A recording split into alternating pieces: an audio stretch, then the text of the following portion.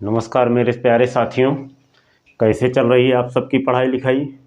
उम्मीद करता हूँ आप सब अच्छे होंगे और अपनी मेहनत में लगे होंगे। हम भारतीय संसद पर चर्चा कर आज से शुरुआत करेंगे। भारतीय संसद के गठन को देखेंगे, उसकी संरचना को देखेंगे। धीरे धीरे हम अपने पड़ाव पे आगे बढ़ते हुए चल रहे हैं। छोटा छोटा ही सही, जो भी आ रहा है इम्पॉर्टेंट वीडियो आ रहा है, वही प्रश्न वही अनुच्छेद उठा रहे हैं जो यहाँ पे हमें परीक्षाओं में मिलता है। ठीक है, तो आज हम शुरुआत करेंगे संसद के गठन की। तो आइए आगे बढ़ते हैं। भारतीय संविधान में भारतीय संविधान के अनुसार संसद के 3 अंग होते हैं। एक है राष्ट्रपति, दूसरा लोकसभा और तीसरा राज्यसभा। संविधान के 5वें भाग के अंतर्गत अनुच्छेद 79 से लेकर के 122 तक संसद के गठन, संरचना, अवधि, अधिकारियों की प्रक्रिया, विशेषाधिकार, शक्तियों आदि सभी के बारे में वर्णन यहाँ पे किया गया है। ठीक है, आइए देखते हैं आर्टिकल 79 अनुच्छेद 79 संसद का गठन। जो चर्चा की गई है, संसद का गठन किस अनुच्छेद के तहत किया जाता है, तो अनुच्छेद 79 के तहत। याद रखना इसको। भारत ने संसदीय शासन प्रणाली को अपनाया है। भारतीय संविधान के अनुसार अनुच्छेद 79 के अनुसार संसद का प्रावधान है जो राष्ट्रपति और 2 सदनों से मिलकर बनेगी। ठीक है, इसी को बोलते हैं संसद। संसदीय जो प्रणाली है, जो संसदीय भारत में संसदीय प्रक्रिया को शामिल किया गया है भारतीय संविधान में, ये किस संविधान से लिया गया है, तो इसका ध्यान रखना, ये ब्रिटेन के संविधान से उठाया गया है। ठीक है, प्रश्न आ सकता है, बढ़िया प्रश्न बन सकता है कि संसदीय शासन प्रणाली किसके संविधान से प्रेरित होकर ली गई। ठीक है, तो ब्रिटेन के। आर्टिकल 80 राज्यसभा के गठन के बारे में बात करता है। भारतीय संविधान का अनुच्छेद 80 राज्यसभा के गठन का प्रावधान करता है। राज्यसभा को संसद का उच्च सदन, द्वितीय सदन एवं अस्थाई सदन भी कहा जाता है। ध्यान रखना, प्रश्न कहीं से घुमा फिरा करके पूछा जा सकता है। राज्यसभा के सदस्यों की अधिकतम जो संख्या होती है कितना होगी, तो 250।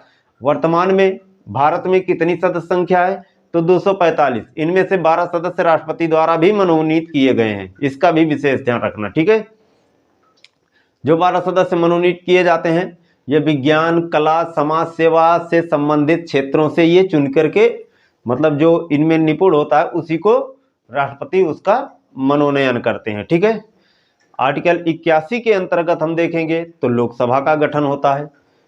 अब प्रश्न बनता है सबसे पहला कि लोकसभा का गठन किस अनुच्छेद के तहत किया जाता है, तो अनुच्छेद 81 के तहत। लोकसभा के गठन का प्रावधान किसमें किया गया, तो अनुच्छेद 81 में।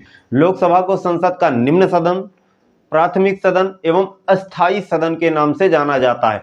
लोकसभा के सदस्यों की अधिकतम संख्या कितनी होगी, तो 552 होगी। ठीक है, अभी वर्तमान में कितनी है, तो 543 है, इसका भी ध्यान रखना थोड़ा सा। ठीक है, इसमें जो सदस्य आते हैं वो निर्वाचित होके आते हैं। अनुच्छेद 81 में जो बातें कही गई है इसका विशेष ध्यान रखना, क्योंकि कहीं से प्रश्न उठाया जा सकता है। 1952 से लेकर के 2020 तक के बीच भारत सरकार की सलाह पर 2 एंग्लो इंडियन का चयन किया जाता था। 2 एंग्लो इंडियन समुदाय के 2 व्यक्तियों को सदस्य बनाया जाता था, लेकिन 104वें संविधान संशोधन 2019 द्वारा जनवरी 2020 में इसे समाप्त कर दिया गया, इसका भी ध्यान रखना। ठीक है, अनुच्छेद 81 लोकसभा के गठन के बारे में जो चर्चा की गई है। अनुच्छेद 80 में राज्यसभा का गठन, अनुच्छेद 79 में संसद का गठन।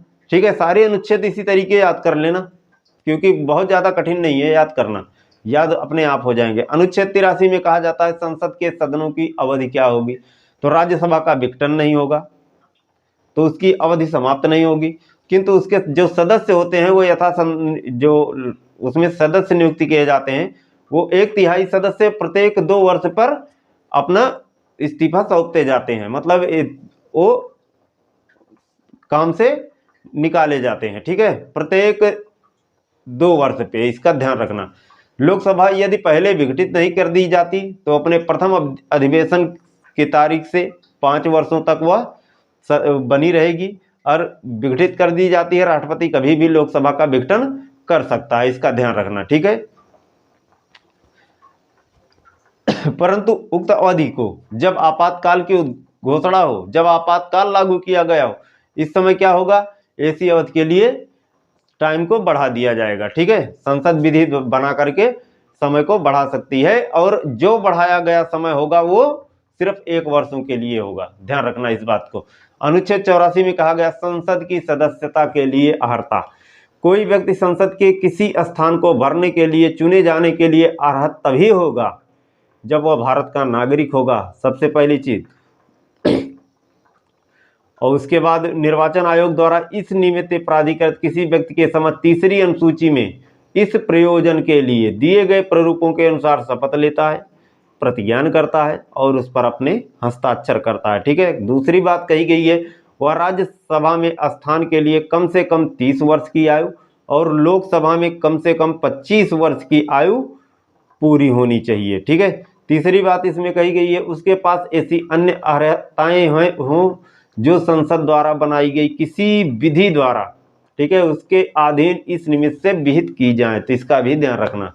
ठीक है, तो ये 3 अनुच्छेद 85 में संसद के सत्र, सत्रावसान और विघटन की चर्चा की गई है। राष्ट्रपति समय समय पर संसद के प्रत्येक सदन को ऐसे समय और स्थान पर जो वह ठीक समझे अधिवेशन के लिए आहूत करेगा, किंतु उसके एक सत्र के अंतिम बैठक और आगामी सत्र के जो प्रथम बैठक होगी इसके बीच का जो समय अंतराल होगा वो मात्र 6 महीने का होगा, इसका भी ध्यान रखना। ठीक है, 2 बैठकों के समय जो समय का अंतराल होगा वो 6 महीने का होगा। दूसरी बात 85 में कही जाती है राष्ट्रपति समय समय पर सदनों का या किसी सदन का सत्रावसान कर सकेगा। तीसरी बात इसी में कही गई है लोकसभा का विघटन कर सकेगा। अनुच्छेद 86 को देखते हैं। अनुच्छेद 86 में सदनों में अभिभाषण का और उनको संदेश भेजने का राष्ट्रपति को अधिकार किस अनुच्छेद में, अनुच्छेद 86 में राष्ट्रपति संसद के किसी एक सदन या एक साथ समावेत दोनों सदनों में अभिभाषण कर सकेगा और इस प्रयोजन के लिए सदस्यों की उपस्थिति की अपेक्षा भी कर सकता है। ध्यान रखना इसको। ठीक है, दूसरी बात इसमें कही गई है राष्ट्रपति संसद में उस समय लंबित किसी विधेयक के संबंध में संदेश या कोई अन्य संदेश संसद के किसी सदन को भेज सकेगा और जिस सदन का कोई संदेश इस प्रकार भेजा गया हो वह उस संदेश द्वारा विचार करने के लिए अपेक्षित विषय पर सुविधानुसार शीघ्रता से विचार भी करेगा। अनुच्छेद 87 में राष्ट्रपति के विशेष अभिभाषण की चर्चा की गई है। ठीक है,